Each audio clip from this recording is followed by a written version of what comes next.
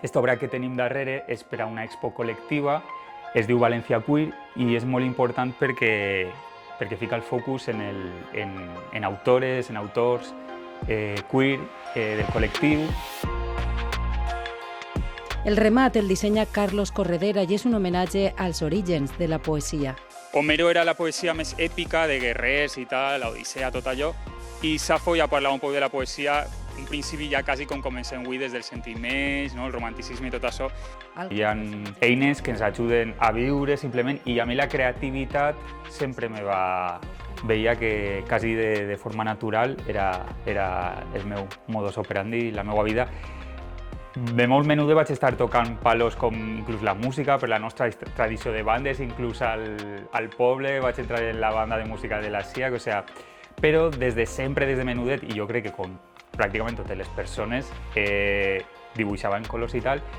i mai s'ha trencat aquesta línia fins ara i espero que siga fins que em dure la vida.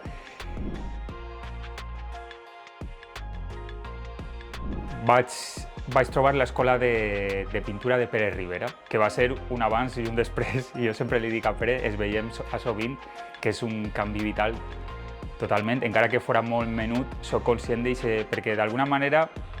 em va fer veure l'art i la creativitat d'una altra manera, donant-li la importància que toca, totes les possibilitats que tenia, i a partir d'ahir ja em vaig donar compte que d'una forma o d'una altra, però seria això el camí. Aleshores, també per circumstàncies personals molt complicades en la infantesa i en la joventut, vaig veure una adolescència prou desestructurada per el que hi havia al voltant, més que res. Jo era un xiquet molt quietet, molt callat, però potser no vaig tindre totes les possibilitats o tota l'estructura de tindre una carrera a l'ús, d'estudis tal. Aleshores sí que vaig anar, des de l'escola vaig passar al batxillerat, però ahir se va tallar i sí que jo veia la possibilitat de Belles Arts, però el que t'he dit, per el voltant ens feia impossible aquesta possibilitat, i vaig fer disseny gràfic, va ser com una alternativa que també l'escoltaven molts companys, també gent que anava a l'escola de Pere, i després a la llarga he vist que també ha estat bé, perquè he descobert altres eines o he diversificat d'una manera que potser tota la línia de Belles Arts a voltes hi ha gent que ho diu un poc més violenta, però que a voltes també te pot encasillar o portar-te per uns camins molt acadèmics. Aleshores, això de picar d'altres jocs me va ajudar molt. I en el disseny gràfic inclús he arribat a treballar en això durant molt de temps, primer en estudis de disseny, per cert, el primer al nostre poble, a la Vall d'Uixó, es deia Incomèdia, que ja no existeix, i també vaig aprendre molt. Parlàvem de que, sobretot en la zona de València, molta gent em coneix passant del disseny gràfic a algo més concret, el disseny de falles i fogueres en Alacant també, que allà ha sigut com hi ha molts bons amics perquè hem tingut bons resultats i hem treballat en concret en una comissió durant molts anys, en els Amics de Portazgo. I això, i la gent em coneix per sobretot el guió i el disseny de falles i fogueres, que jo és una cosa que no puc separar, o sigui, encara que em coneixen per la part estètica, jo no podia fer un treball com aquell que il·lustrava i ja està. A mi sempre m'han nascut les obres, inclús aquests dissenys de falles i tal, que hi hagi un concepte, que hi hagi un simbolisme, i aleshores jo mateixa treballava el guió, que també, això han sigut quasi 2 dècades entrant llegint projectes que m'han cridat. Al final s'ha consolidat com un estil dins d'aquest àmbit, d'aquest format molt característic, que ha influït inclús a molts companys, hi ha gent jove que m'ho diu i això també és d'agrair, però també m'ha donat un camí en el que experimenta molt. He après també artesanalment moltes tècniques i de xafar tallers, de veure la gent com fa les coses. A voltes m'han cridat per a col·laborar per a pintar també monuments i tal, i aquests grans formats i tot també m'ha ajudat per a practicar i provar coses noves.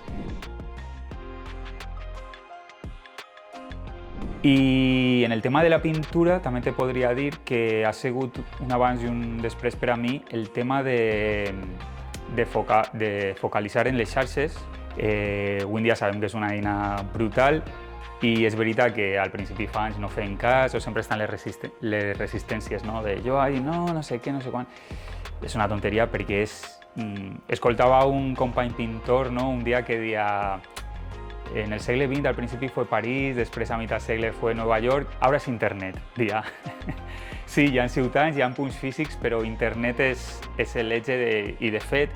jo estic pintant només mostrant, penjant el meu treball i les exposicions que han arribat, les propostes, sense fer res més, arriben perquè la gent, jo sempre dic, qui fabrica bicicletes li demanen bicicleta, entonces tu mostres pintures, diuen, un pintor si agrada, pues te criden i ja te dic que, per exemple, enguany jo tenia la meva programació 2026, 2 expos col·lectives, una individual, i ara em troben que tinc com 6 exposicions perquè m'han anat cridant, a més molt interessants. Aquesta obra que tenim darrere és per a una expo col·lectiva, que serà prou important perquè és en un palau barroc en el centre de València, és una expo institucional, es diu València Queer i és molt important perquè fica el focus en autores, en autors queer del col·lectiu i com veiem com mostrem l'anatomia de les relacions del nostre col·lectiu, no? A través de l'art i crec que serà molt important i atractiva per l'espai on se desenvolupa. Mira, com hem dit al final, la pràctica, el teu camí, a voltes no és voluntari, sinó el que va apareixent, el fet de treballar en el disseny gràfic, el fet de treballar, no sé, en 2 dimensions, en taques només, per a cartelleria, en tipografies, el que siga, fa que, i també el fet d'haver treballat, obrir-me al tema des dels anys 90, al tema d'ordinadors, de tecnologia, de repent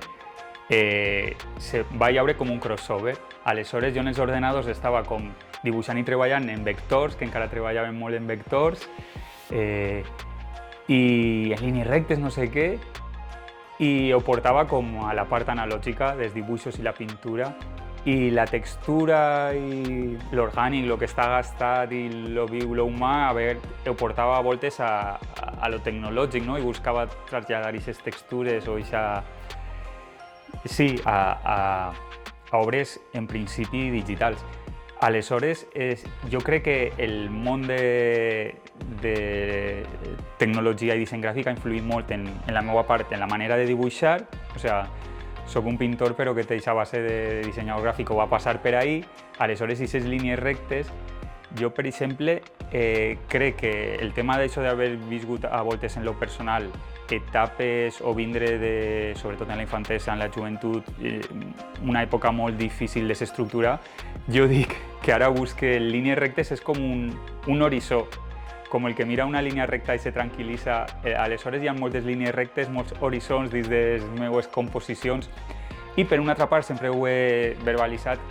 que m'ha agradat sempre la música electrònica, que també és molt matemàtica, no? I busca aquests ritmes als que agafar-te, no? Música electrònica lírica, vull dir, melòdica, el meu grup des de jove era Depeche Mode, però no deixa de ser pum, pum, pum, no? Entonces, com que busques estructures a les que anclar-te, com en aquesta música molt clares entre els buits i les masses, que també una altra característica en els meus obres és que hi ha els espais buits diuen molt. Tant la massa a voltes o la línia és protagonista perquè al costat hi ha una altra cosa més neta que fa que allò es veja, no? Jo crec que en el món de l'art passa, per exemple, mira, en una altra vessant artística, no, el teatre, que pareix que sempre estiguen en crisi, no? I el mateix en l'art, no? Que sempre podíem estar queixant-nos no? Que si l'IVA que s'aplica, que és una barbaritat, que si Això, si hi ha apoyo dels governs, realment si se recolza com sí que passa en altres països que hi ha un tipus de beques. És veritat que en Espanya jo crec que passa com en tants altres àmbits que hi ha un poc fuga de cerebros. En plan, sí, hi ha gent que els agrada l'art, hi ha espais on exposar, hi ha clients que compra pintura i tal, però el grosso d'espectadors i de demandants d'art crec que avui en dia